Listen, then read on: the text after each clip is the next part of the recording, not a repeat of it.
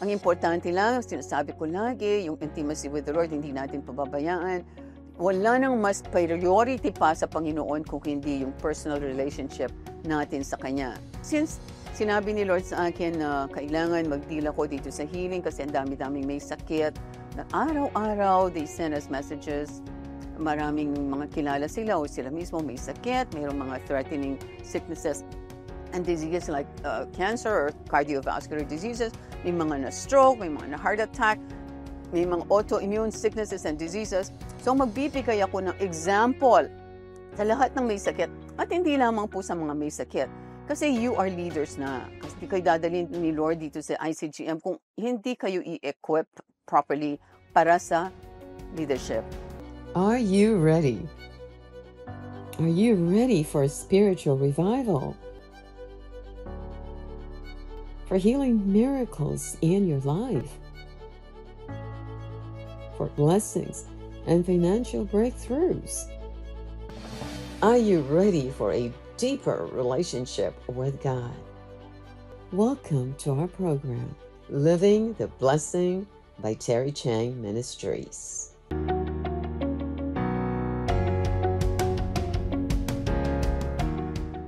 So, unang-una po gusto kong magpasalamat sa inyo lahat for tuning into this program, the Inner Circle Group Meeting natin. I've said it before and I'll say it again, hindi po aksidente nandito kayo. Hindi rin coincidence. God has ordained you to be a part of ICGM. Why did I say that? Kasi sabi, it is a man's heart to plan things. So, ang ibig sabihin niyan, ang taong napaplano para sa mga gusto niya, mga dinidesire niya sa buhay. For example, gusto niyang mag-trip to America, ipaplano niya yan, mag-iipon siya, pagkatapos ipaplano niya yung flight itinerary niya, like pumunta siya sa New York, dadaan ba siya Los Angeles o dadaan ba siya ng Toronto, Canada. So maraming bagay pinaplano ng tao. For example, ang isang tao ay gusto niya magkaroon ng party, so meron siyang ipiprepare na guest list, meron siyang ipiprepare na menu, may ipiprepare siya ng kung anong isusuot niya, pero ang second part ng verse na to is, it is the Lord that directs our steps. Napaka-importante po. Kasi wala lahat yan, hindi mo makukuha itong mga pinangako niyang blessings kung hindi natin siya i-allow na mag-direct sa ating steps. Gusto ko po muna sana magpasalamat sa mga ICGM members na nag-donate po dito sa TCM. Maraming salamat po sa pag-support niyo sa TCM. Ang nagre-receive niyan, hindi lamang po tao dito like sa TCM. Nagre-receive niyan si Jesus in heaven. Sabi sa Hebrews 7:8. Na sabi niya, si Jesus mismo ang nakakakita kung ano ang binibigay natin sa kanyang kaharian. Amen. So, meron po akong ikukwento na kung paano mag-direct ng steps ng Panginoon. Katulad dun sa isang anak ko, si Ivan, mag-hold siya ng tutorial nung siya ay high school, valedictorian yung anak ko. So, napakabait niya. Talagang super bait ng batang ito. Talagang walang maipintas. Kahit sinong taong matanong mo sa kanya who really personally knows him, wala bang maipintas? Meron bang ganun tao na walang maipintas sa bata, di ba? Pero siya ganun. Sobrang napakabait. Yung nagtuturo sa mga classmates niya na medyo weak, medyo mahina. For example, sa math, mga ganyan. So, one time, ay si Ivan, tinamahan siya ng kanyang friend, let's say tawagin natin Christine. Sumakay sila ng taxi kasi mag-tutorial sila sa mga bata na hindi marunong sa school. So yung taxi ngayon, they reached this roundabout. No? Roundabout, yung paikot na ganyan, may daan dyan, may daan dito, may daan dyan, may daan dito. So napansin nila, itong taxi driver, ikot dito sa roundabout na to. So dami-daming beses, bigla nang natigil sila sa pag-uusap ni Christine. Tapos kinausap nila yung taxi driver. Unfortunately, yung taxi driver could not speak English. Si Ivan naman could not speak in Chinese. So hindi sila magkaintindihan. Pero patuloy, ikot itong mama. Pagkatapos, finally, siguro mga after 5 to 10 minutes, kasi nagreklamo yung mama. Kasi ginaganyan niya yung car, ayaw umandar. So, bigla na lang, nag-turn na ngayon dun sa direction kung saan papunta sila sa school. Pagdaan nilang ganyan, nakita nila napakaraming na aksidente at ang daming siguradong namatay doon kasi very severe yung aksidente. So in other words, iniwas ni Lord na maaksidente yung anak ko. So ngayon hindi natin malaman kung gaano karaming beses na tayong iniwas ni Lord. Pero sinisigurado ko sa inyo, kapag kayo talaga ay kumakapit sa vine, siguradong iwas tayo sa mga sakunang ganyan. Meron naman akong isa-share na isang story. This is a very interesting story. Ito ay parang magiging foundation ng ating pag-aaral today. Narinig nyo na siguro yung iba sa inyo kung talagang nakikinig kayo dun sa mga ibang messages ko. Na-share ko na itong testimony. It's a very, very interesting testimony. True to life story. So it came from a pastor. Tawagan natin si Pastor Mirna. Pastor Mirna, how are you? From Abra. Naku, napakabait niya po na pastora yan. Let's see, tawagan natin dito si Pastora Mirna from Davao. Nagdadasal siya. Araw-araw, dasal ng dasal siya. Lord, bigyan niyo po ako ng tama raw FX. Kasi papaano na lang po yung mga taong nasa malayo sa church, hindi namin mapasama, wala silang pamasahe. Kailangan po sunduin ang gusto niyo to propagate the gospel to all the ends of the earth. Kawawa po itong mga taong ito. Bigyan niyo po ako ng tama raw FX. So for many, many days, yun ang kanyang pinagpipray. So, one day, sumagot ngayon ang Panginoon.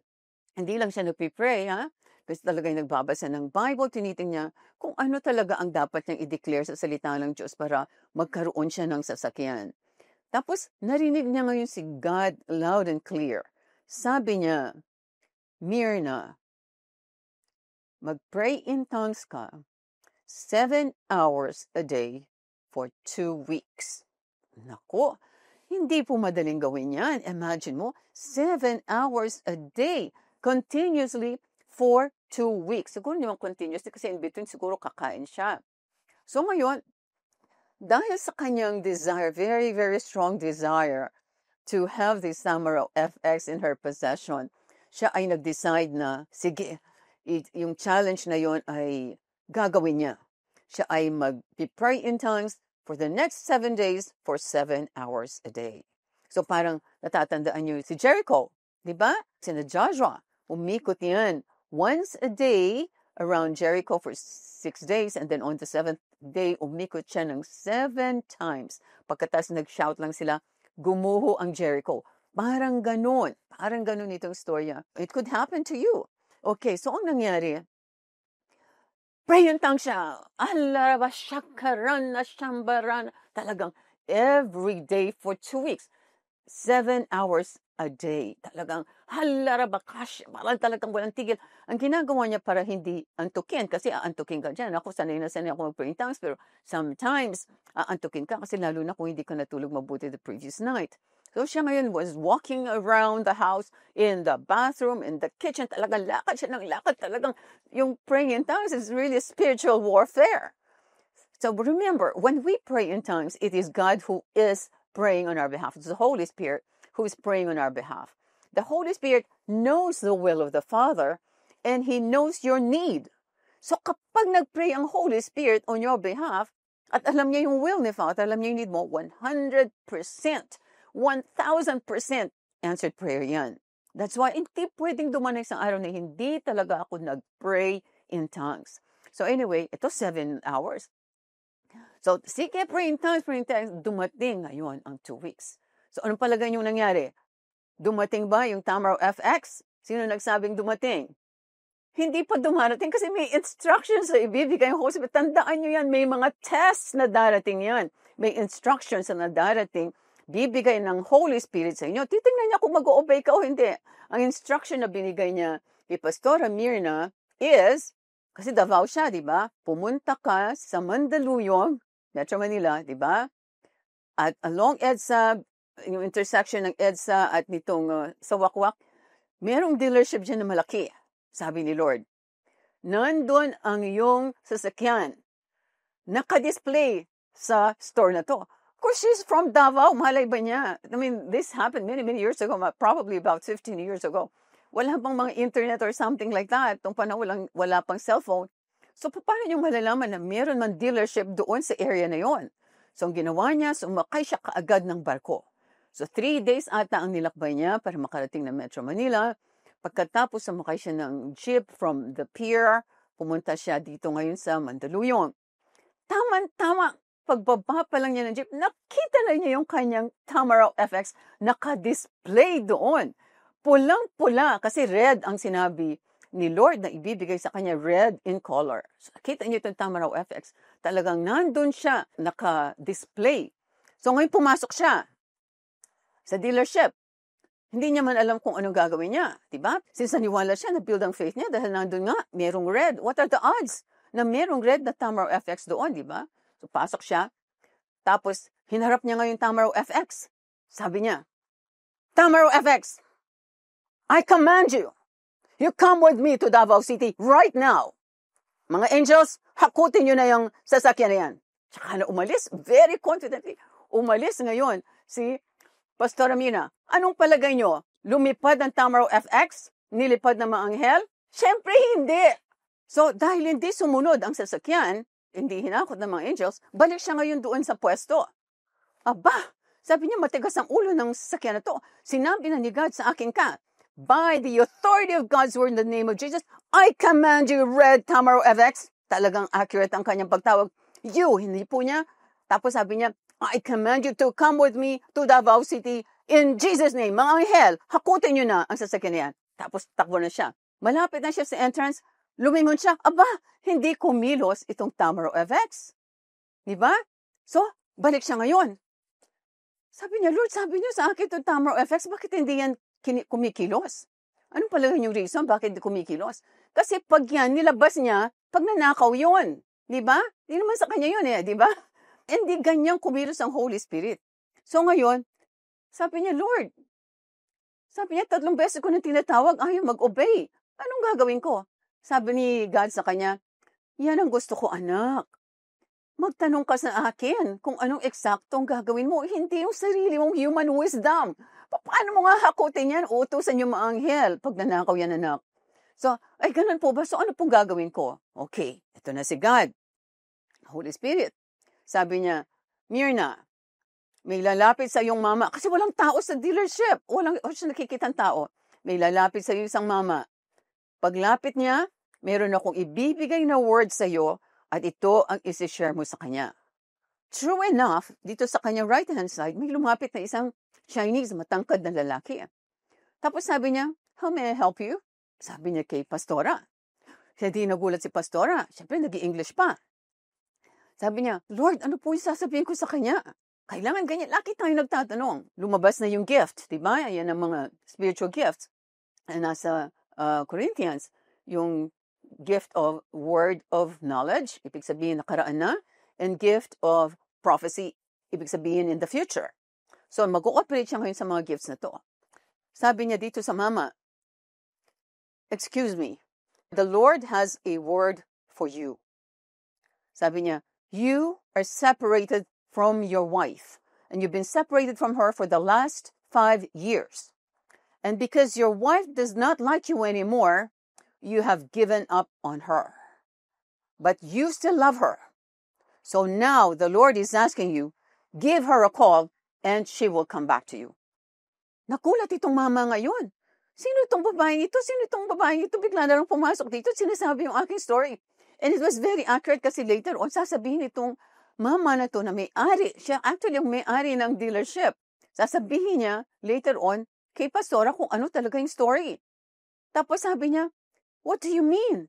Tapos sabi niya, the Lord wants you to call your wife right now. And right now means right now.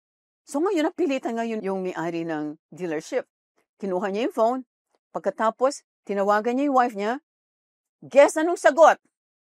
Ano, sasama ba yung wife? Tandaan niyo, sinasabi dito ng mama na he's been trying to woo her back for the last 5 years. He's been trying to call her, tapos binabagsakan daw siya ng telepono each time.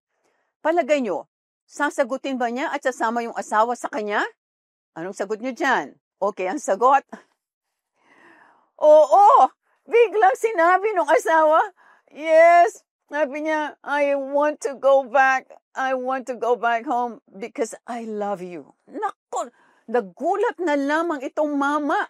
Sobrang gulat kasi hate na hate siya ng babae kasi nagkaroon ng babae itong Chinese na to. Tapos nagiinom. Tapos ngayon nag-repent na siya doon. Ayaw pa rin bumalik ng asawa niya kasi wala na siyang trust sa kanya. So ngayon bumalik siya with all the excitement in the world. Bumalik siya kay Pastor Mirna. Sabi niya, whoever you are, I want to thank you for doing this to me. Sabi niya ganun. Kasi nga, tapos in-explain niya nga na wala nang pag-asa talaga sila ni Mrs. Nag-give up na siya on her. Pagkatapos biglang uuwi yung asawa niya. Tapos anong sabi? Palagay niyo, anong sabi nitong Chinese na to? And because of what you did for me, I am giving you this Tamar FX because I saw you looking at this and commanding this to go to you. Tingnan mo, nagkaroon siya ng Tamar FX. Ang maganda pa sa kanya is, itong mama na ito, ay pinadeliver pa niya sa Davao. Yung freight cost at saka yung pamasahe ni Pastora ay sinagot pa niya. Tingnan so pagdating ng linggo at nandun na si Pastora, sinakay na niyang unang-una yung mga pinangako niya kay Lord na mga tao na gusto niyang ma-born again, hindi niya masundo kasi pagkalalayo ng lugar. So this is just one example na God wants to deal with us supernaturally. Hindi naturally because we are not natural beings lang. Of course, we have a natural body, meron tayong flesh, meron tayong soul, pero we are a supernatural being. And the reason why God created us supernatural being is because God is a supernatural being. A spirit being siya, spirit being din tayo. That's the reason why we can communicate with God. Ganyan. Okay. So that's a good story na makikita natin dito na si God, pwede tayong mag-operate dito sa gifts, di ba? Pwede niyang, just one gift na ganyan, gagamitin ka. All of a sudden, may mayaman na ganyan. Ilang beses na akong nagkaroon ng opportunity to do this kasi like, di ko naman kilala kung mayaman yan kasi like, di ba, nagpipreach ako tapos may biglang magpapapray sa akin, biglang mag-ooperate ako sa word of knowledge, biglang sasabihin ko dun sa tao na kung ano man yung problema niya, pagkatapos pag malutas, bigla na lang may magdo-donate. Like, there was one time may nag-donate ng 1 million pesos sa akin dahil nasabi ko sa kanya yung kasagutan dun sa problema niya kasi ang Holy Spirit ang nagdi-deal with him. So, wag kayong mawala ng loob. Ang importante lang, sinasabi ko lagi, yung intimacy with the Lord, hindi natin pababayaan. Wala nang mas priority pa sa Panginoon kung hindi yung personal relationship natin sa Kanya. Since sinabi ni Lord sa akin na kailangan mag-deal ako dito sa healing kasi ang dami-daming may sakit, na araw-araw they send us messages. Maraming mga kilala sila o sila mismo may sakit, mayroong mga threatening sicknesses and diseases like cancer or cardiovascular diseases, may mga na-stroke, may mga na-heart attack, may mga autoimmune sicknesses and diseases. So magbibigay ako ng example sa lahat ng may sakit at hindi lamang po sa mga may sakit. Kasi you are leaders na. Kasi hindi kayo dadalhin ni Lord dito sa ICGM kung hindi kayo i-equip properly para sa leadership. Yan ang sinasabi ko sa inyo. Nakikita natin, nag-rise up ang napakaraming leaders dito sa TCM. Natututo sila. Ito ay isang magandang halimbawa kung paano makakuha ng healing. Amen. So, una, ang topic natin is you don't need more power from God. You don't need more power from God because you have the fullness of God's power on the inside of you. Mamaya papaliwanag ko pa yan. But right now, ang topic lang natin is you don't need more power from God. You just have to learn what is blocking your miracle. Katulad ni Pastora Mirna, many years nagpipray siya ng Tamar FX. Ang kailangan lang pala niya is mag-praise in tongues for 2 weeks. And then that's it. Diba? Pinahirapan niya yung sarili niya for many years. Ang kailangan lang makita ni Lord is to pay the price for it. Kasi wala namang libre-libre dyan. Although libre lang because laway lang yan. Pero yan ang gustong makita ni Lord. Nakahanda ba siya talagang maging intimate with the Holy Spirit? Amen. So from that time on, alam nyo, hindi na siya tumigil kakapray in tongues. For many hours a day, hindi niya pinapalampas ang araw na hindi siya nagpipray in tongues. Kaya very prosperous and very powerful itong tao na to. Ay sobrang powerful. As in, makikita ka lang niya, alam niya kung anong mga spirito ang dapat i-cast out sa iyo because of that relationship with the Holy Spirit. So, tonight I'm going to be sharing with you a testimony of one woman named Mrs. Clara Jennings. Pakinggan nyo to kasi as leaders, kailangan makapag-minister kayo sa mga may sakit because this is part of the Great Commission. Hindi lang propagation of the gospel to all the ends of the earth, kasama dyan yung mga signs and wonders. Amen. So, there are 2 reasons why I've decided to share this with you. And number 1 is because it's very powerful. Very powerful testimony. Kasi she was healed of an autoimmune disease. Explain ko po mamaya kung ano yung autoimmune. It tells you how she received her complete healing in detail. Ito yung kailangan nating mga leaders kung paano ma-impart sa atin itong revelation knowledge na to para pag tayo naglayhan sa mga may sakit, sila ay gagaling. Amen.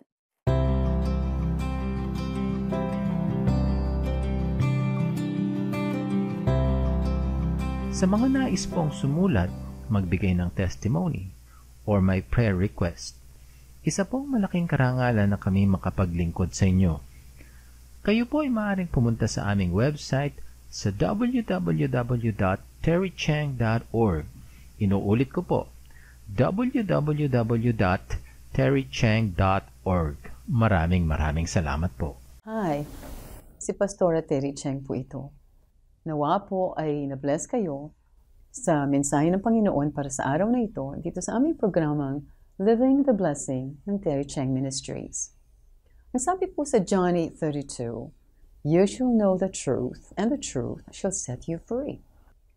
Kung gusto mo ng kalayaan, tatanggapin mo si Jesus at ililid kita dito sa prayer na to. Your life will never be the same again. Dadaloy ang kanyang buhay, ang kanyang presensya sa lahat ng areas ng iyong buhay. So, ipikit mo ang iyong mga mata kung ikaw ito at ililid kita dito sa prayer. And pray it from the heart as if it is your own. Heavenly Father, patawarin niyo po ako sa lahat ng aking mga kasalanan. Marami pong salamat sa pagpapatawad ninyo. Jesus, kailangan kita. Come into my life and be my Lord and Savior. Holy Spirit, change me, mold me, transform me into that person that you designed and created to be. Amen. Ayan, born-again Christian ka na. Congratulations. Tandaan niyo po, mahal ko kayo at mahal kayo ng Panginoon. God bless you.